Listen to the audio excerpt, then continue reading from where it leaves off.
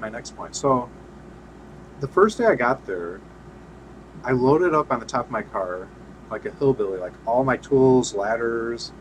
I filled the top of the car, the roof. I put a bunch of wood on there. My car looked like somebody that's about to do the Ozark Trail for the Gold Rush. It was like 5 feet tall, of shovels, rakes, everything.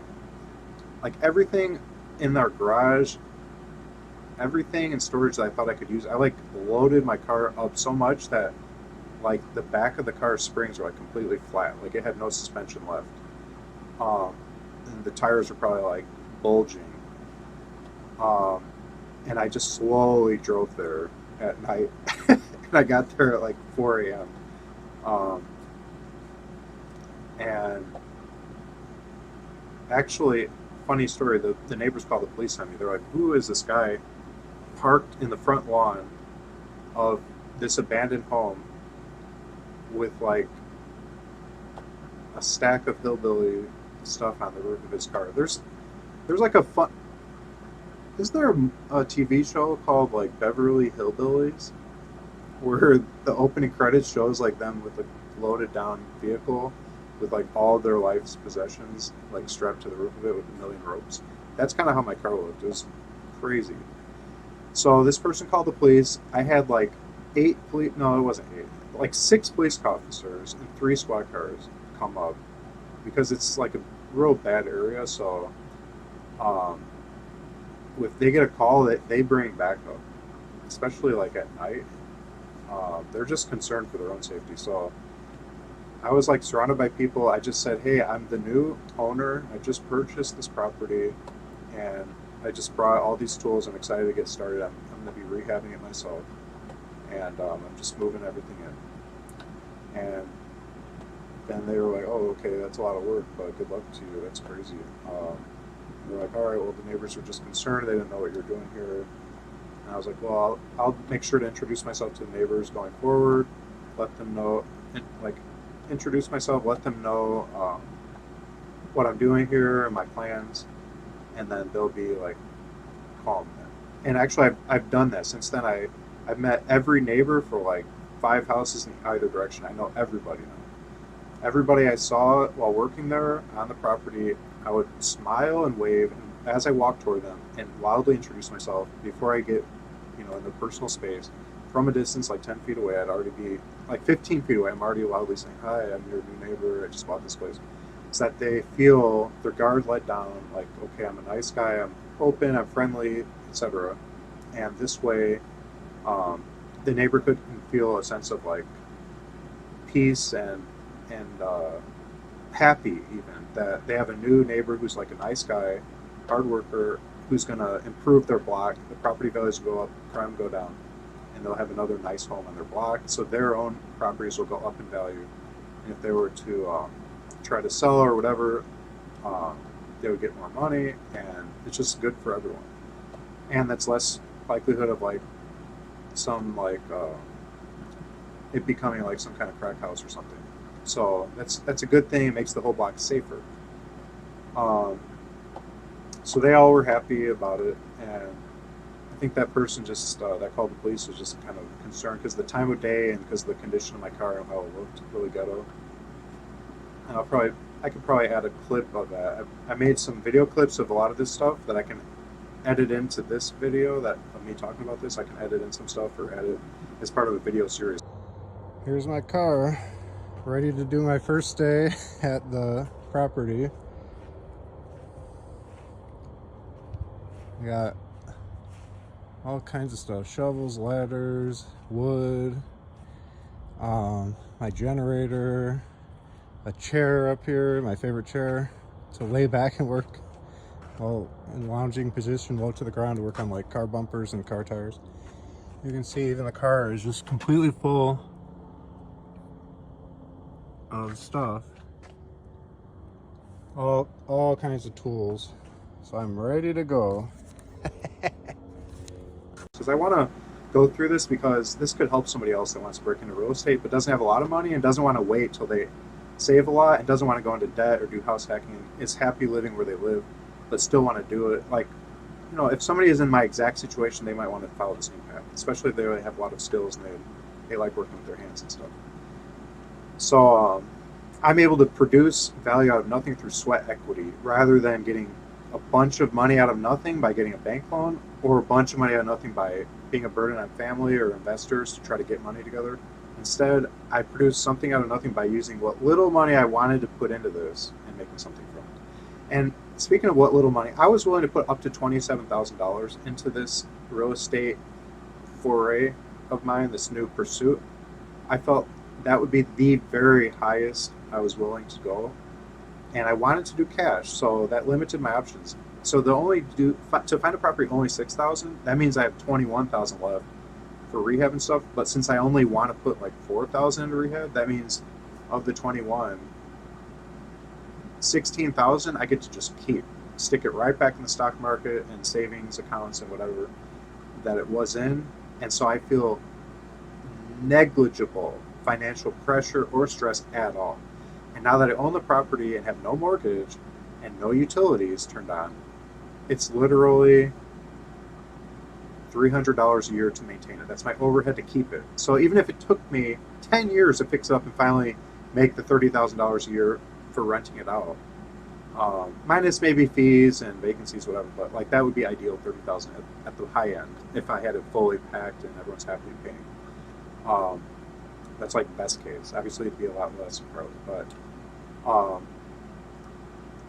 even if it was 10 years, it wouldn't matter. Like I can hold it like this and just chip away at it as I have free time. So anybody can do this. Okay, so I got there with all my stuff. I moved it in, and my plan was like, okay, I'm going to move all this stuff in. I'm just going to sleep there to protect all my tools in my car because there's no door, there's no lock. It's like, it's not good. Actually, the entrance into the property was like a broken wall that people had been crawling through. You didn't have to crawl, you can walk right in, actually. The property, you can literally walk in through a hole in the wall. And so that's how I was entering and exiting. And I'm like, so basically, like, there's no security. And if I were to patch up that hole, how else do I get in? Well, there's another hole elsewhere in the property where I could walk in.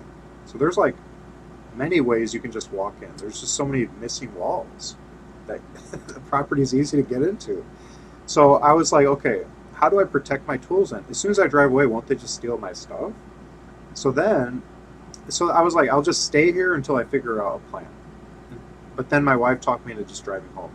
And so I was just like, oh, I guess I'll just leave my stuff here. And I was like very uncomfortable. I'm like, not all my stuff could be gone when I go back. And so I took a lot of my favorite tools home with me, but I left a lot there too. Then it hit me as I've had more and more time to think about this. I'm about 3 weeks since I purchased the property, 2.5 weeks into this whole journey that I'm catching you guys up on.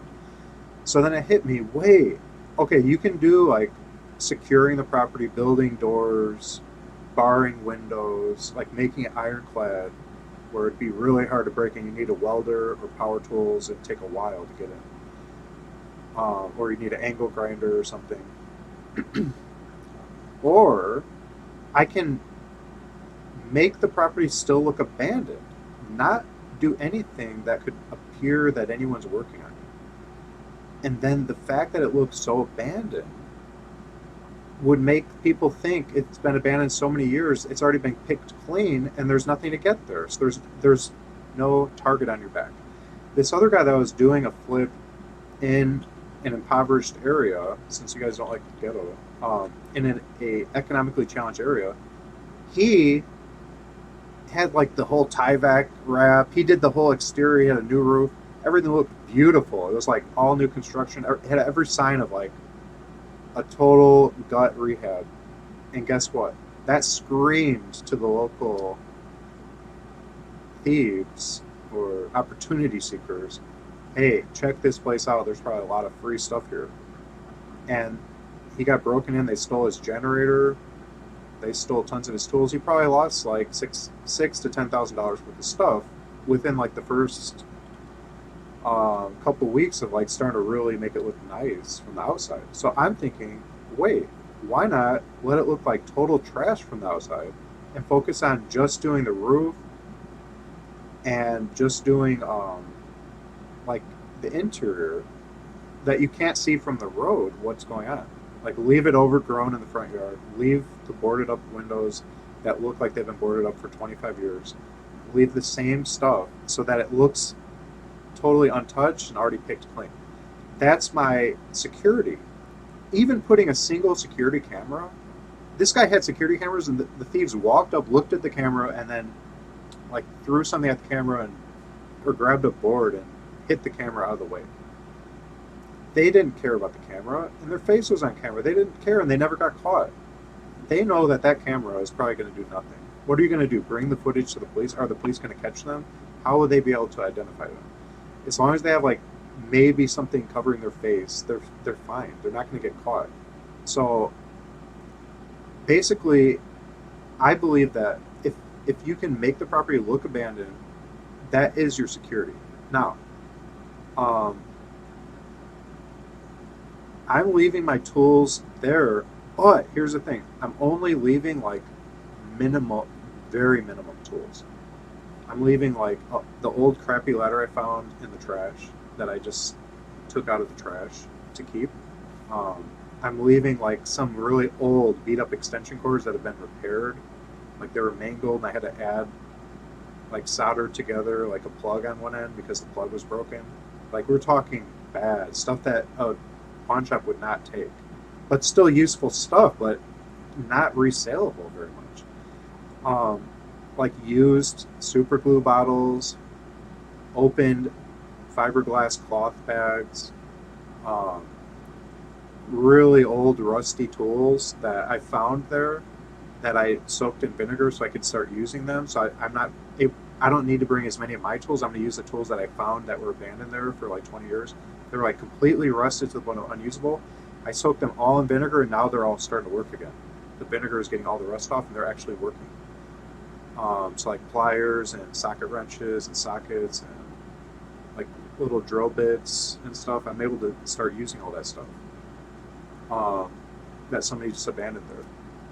So I left like an old card table there that my grandpa had when he passed away. I was able to get that from his house when the family said we can come take what we want as mementos.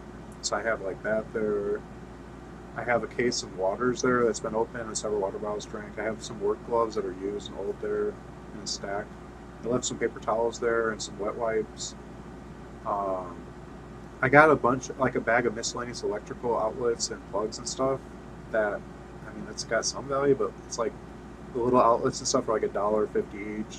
There is some used scrap electric wire in there though, like maybe 15, 18 feet of wire. Maybe that's got a value of like $40. So that's kind of, I'd say like if they really want to pick, they could get some stuff. But I mean, I'm not leaving any power tools. I feel like power tools, generators, these are things that they'd want to grab.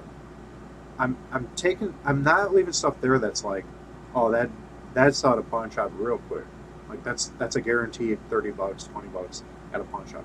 I'm doing stuff for the pawn shop owner, but I don't want like some scrapped 18-foot piece of like old wire. No, like you'd have to bring it to a scrapyard. You'd get like $4. Like I'm really thinking about resale value and desirability. And so I can leave a lot of miscellaneous weird stuff, like an old utility knife, like a little pair of scissors like this. Like there's a lot of little rinky-dink stuff you can leave. Just don't leave your sawzall, your circular saw. Don't leave a table saw. Don't leave a tool bucket, like fully equipped, your primary tool bucket. Don't leave. I'm kind of on the fence on extension cords. I did leave some old marine batteries there, but they're like old, so I'm not too worried about it. And they're heavy. I feel like it'd just be too annoying to carry that out, and a lot of them don't work, so they'd have to figure out which one even works. I think only one of the 5 I brought worked. We just had a bunch of them in the garage that my dad had quoted to sell for scrap. So I just bought a lot of junk, and I bought a lot of used wood from driving around getting wood from decks and different projects that was used, um, and just being given away. I got a lot of free stuff already. I just left a lot of wood on the premises, but I don't think um, I got it for free. I mean, I don't think thieves would really bother to carry that out. It'd just be too much of a hassle for them. And I don't think they could really get much on resale value. A pawn shop wouldn't take it. They'd have to literally like list it online for like $50. I don't. It'd be hard to get rid of it. So I don't think I'm not worried about it. It's like used old stuff. Okay, so but that's really nice to have like a decent collection of stuff there. So I have a lot of stuff there. It's just nothing collectively. Yeah, if it was all gone tomorrow, for me to buy new of all of that, it might be like $2,000 worth of stuff. But individually, it's like nothing's really easy to sell. It'd just be 2,000 if I were to try to buy new all of that over again. But it's all like old, used junk. So I don't think it's going to get stolen. So that's my second defense. Like the first defense is it looks abandoned. Second defense is the stuff looks scattered, used, abandoned, and nasty, and not pawnable. So even if somebody did, out of curiosity, happen to walk into an abandoned building and find a bunch of junk, they would leave it. I think there would be nothing that stands out. Like, ooh, that's a quick $20 at the pawn shop. Nothing like that. No DeWalt cordless drills are being left there or something. Where that's like an easy flip for them. So nothing would be easy like that. I'm taking everything like that home with me, and I have to bring it and unload my vehicle every time I go. Now the next thing is, right now all the utilities are off, and I'm just going to leave them off because I don't want to bring attention to this whole thing at all. So I'm leaving everything off, and I'm just fixing it right now as is. And so to have power for my tools while I work, I have two options: generator, or I found out car as a generator. I'm going to use a vehicle, running vehicle, as a generator. It's very similar on gas used, I found out. And so I'm going to just use a vehicle, keep it running, connect an inverter to it. I've been using a 2,000 watt inverter, but it was like cutting out too much for my circulars off. So I'm switching to a 3,000 watt inverter. I'll see how that works. I just keep the car running and locked, and then I connect the inverter with alligator clips to the car's battery, and then I run an extension cord from that to the house, which I wrap up and put away when I leave the job for it. But when I go there, I unwrap it, so I don't have any extension cords in the yard when I'm not on the premises. So I have to get the extension cord out, connect the inverter, connect the extension cord, so the car powers all my tools. And then from that extension cord, I got one leading to the roof, one leading to different rooms, so I can power all the things I want to power and use different tools in different rooms and stuff. So that way I've got power, and I use this headlamp as my light. Although I do have one light hanging up in the middle of the living room there. So that's how I'm powering all my rehab work. So that's my security and power for now. Once it starts getting nicer and nicer, and I finally get around to it and have put out all the emergencies, then I'll work into, okay, I'm going to start securing the location, putting up bars on the windows, bars on the doors, bars everywhere, filling any holes in walls that people can just walk in through the hole, and actually securing the premises properly, especially as the value of the contents of the interior start to go up. Like you start installing new plumbing like vanity, or you start to get all new electrical wiring. Maybe somebody would want to get the new wiring out of the walls or something. As things advance and the dollar tag amounts of things start going up and there's some nice stuff to grab, that's when I'm going to start locking it down more. But at least in these initial phases, I don't want to get hung up with that, because there's more important stuff than locking down my tools. Right now, like I said, there's nothing really of value I'm keeping there. Although if you were to take it all from me, I'd still be upset. But from a thief's perspective, there's nothing really that good. Okay, so the biggest fire, by fire I mean like high priority emergency, is the roof. The roof is severely rotted. Every single roofing shingle has at the corners like broken down from the elements to the point where it's like largely disappearing. So there's like naturally occurring holes all over the roof, everywhere, a like 1,000 or 2,000 holes, and each hole is like big enough for a golf ball just to be dropped into the home. That's how big the holes are.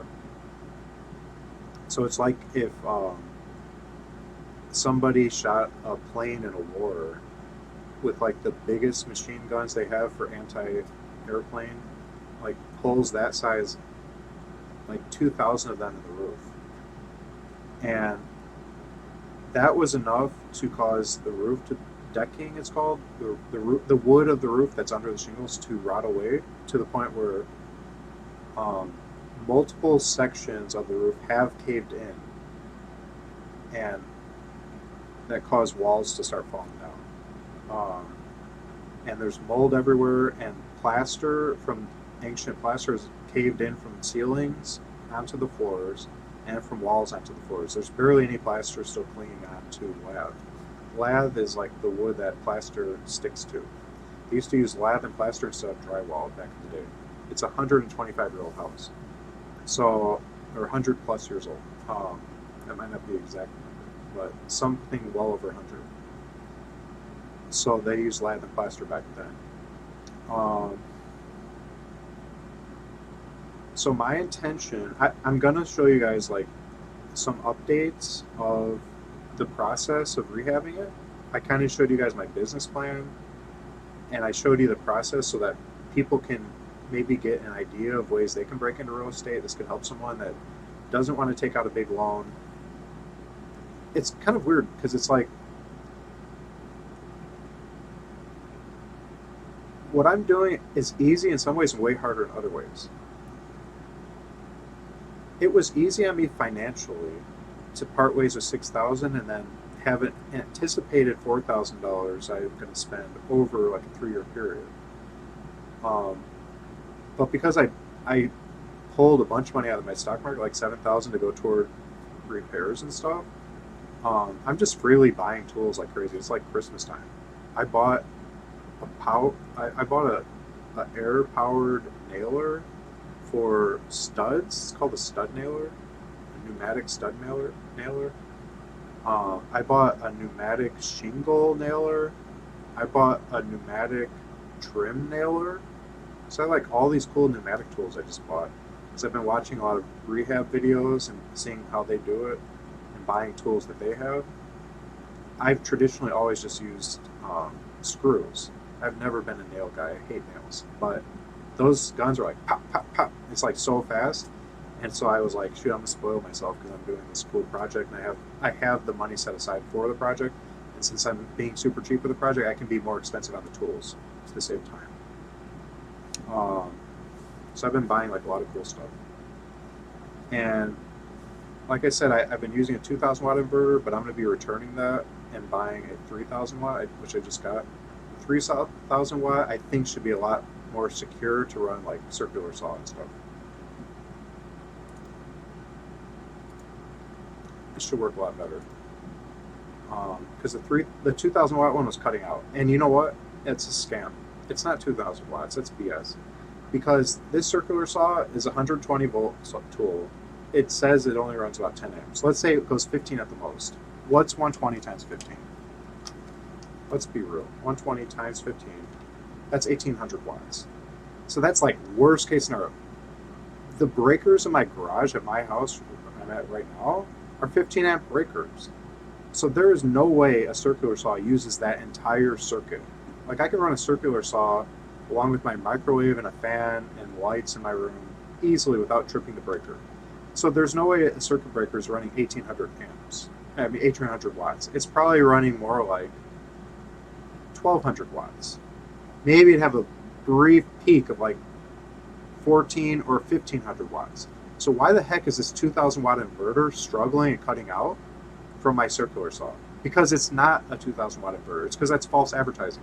So, and I've heard others say this pretty much with inverters, you have to like knock 1,000 watts off, and that's probably what it actually is. So this is like a 1,000 watt inverter, though it says 2,000. That's probably, or maybe you knock off 800 from whatever they say, because they're lying. And so this 3,000 watt inverter will be like 2,200 watts, And that will be an actual 2,000 watt inverter, like what I thought the 2,000 watt inverter should be doing according to what it's called a 2,000 watt inverter. This 3,000 watt one will be what I believed I was already dealing with to begin with, if they were honest about their ratings. So now I should be fine to use any of my power tools with the 3,000 watt inverter. That's my belief. Unless if the 3,000 watt inverter is even a bigger Y, and it's still under 2,000 watts of actual inverter capability. And that would be very disappointing if that's the case. So I'm expecting no difficulties anymore. Also, basically ChatGPT and I did a ton of calculations, and we determined that a car battery plus a car alternator together can provide sufficient amperage to the inverter to more than handle 30 seconds to a minute of use of a power tool with like 5-minute breaks in between. And the battery would not get run down over time either. As long as you're giving like 3 or 4 or 5 minutes in between usage, the battery would charge up by the alternator like a running car, and it would not be wear and tear on the battery alternator at all. This is no problem at all for a car to be able to handle. And I did a ton of research talking back and forth with ChatGPT, and that was our final conclusion after running all the math and all the numbers. So this is perfectly fine to do. And what I like about this best is with a generator, first of all, it's heavy. You'd have to unload it from the car every day to work on the property.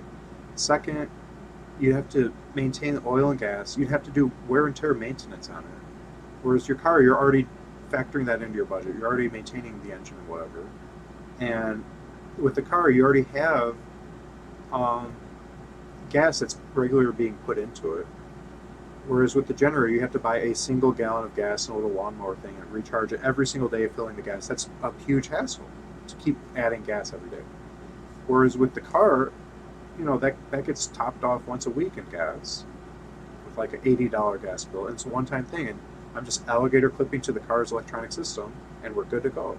We run the extension cord off the car. So there's no reason to use a generator then. It's not needed, not at all. Not unless if you had a large team of contractors and you're all trying to run simultaneous many power tools off a huge generator. That's a different story. But if it's just one person, your car should be fine to be your portable generator. Your car is the generator then. And I love it. That's the best way. The car becomes an inverter generator by just buying an inverter. And so that's the easiest way to do it. It's easiest, and it's in some ways even more cost effective. And it's similar gas usage rate. Even if it were double the gas, which it's not.